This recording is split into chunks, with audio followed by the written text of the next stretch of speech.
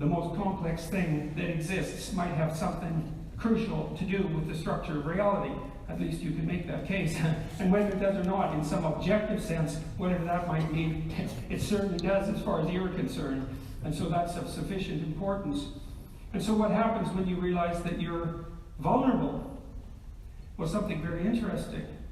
And this is where the idea of good and evil enters the world. Because, you know, maybe you're hungry, and maybe you're hungry like a lion. And when you're hungry like a lion, you rouse yourself out of your torpor, because most of the time lions just sleep, except when they're hungry. And then when they get hungry, they organize themselves and they go hunt and they take down a zebra, and then they eat the zebra. That's the end of that. And it's a little hard on the zebra, but there's no malevolence in it.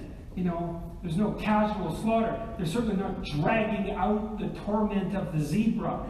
You know, they're just eating. And so it's tragic, certainly for the zebra, but it's not malevolent. An animal that does something carnivorous does it by necessity.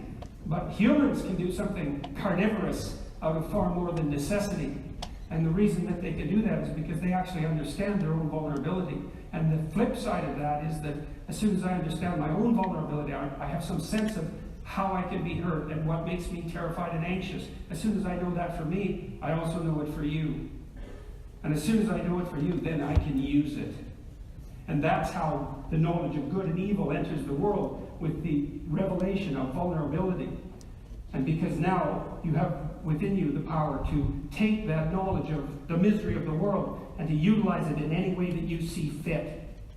And so that's why human beings are capable of malevolence, because they can take that which they hate, which is something far darker than mere predatory behavior, and subject it to endless creative torment. And that might be something that you apply to yourself, and it might be something that you apply to your family, and it might be something that you apply to your community, and now and then it might be something that you directly apply, right? That you're directly engaged in precisely that malevolence, which is the exploitation of vulnerability. And if it's truly malevolent, it's exploitation of vulnerability merely for the aesthetic joy of doing so. And you know, you see this dark humor, that satirical humor that goes along with great acts of malevolence, like this gate sign over the Auschwitz concentration camp: "Work will set you free," right? Some great cosmic joke that could only be written by the spirit of evil itself to demarcate a place where, if there was work, all it was done was to parody work for the purpose of the violence and destruction that it could produce prior to death. And so that's the depths of malevolence, and there's no doubt that exists, that's for sure.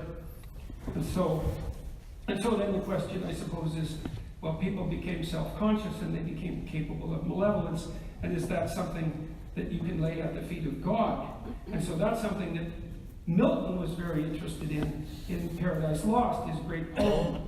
And it's a poem that's very much worth reading if you understand what it's about. And it's about free will, and it's about evil, and it's about this great narrative that we're embedded in that we don't understand. It's part and parcel of the biblical corpus, let's say, but it's also part and parcel of all the great plays and dramas and literary productions and musical productions and cathedral-like architecture and the dream, all of that artistic endeavor that's part of the dream in which our articulated cognitive structures are embedded. And that's what Milton is trying to understand. It's the structure of that underlying dream, because you're embedded in a dream. You have to dream every night, or you can't maintain your sanity. Your articulated cognition has to dissolve into the dream that surrounds you in order to maintain its sanity. And the underlying metaphysics of our culture, expressed at least in part in stories like the biblical corpus, constitute the dream upon which our sanity depends, even though we don't know that.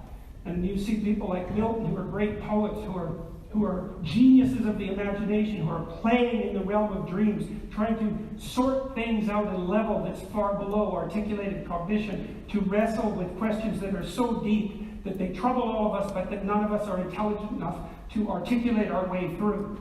And that's why you study literature and poetry, if you have any sense, because it pushes you down into that dream where you can straighten out the metaphysics upon which your more formal theories of being definitely rely.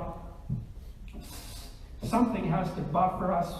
Something has to serve as a buffer between our limited knowledge and the unknown itself. And it's the dream that surrounds us that constitutes that buffer. And it has to be maintained in order. And that's what poets and artists and philosophers, if they're deep, and sometimes psychologists, that's what they do. And I'm thinking about people like Jung and Freud, and I'm thinking about that.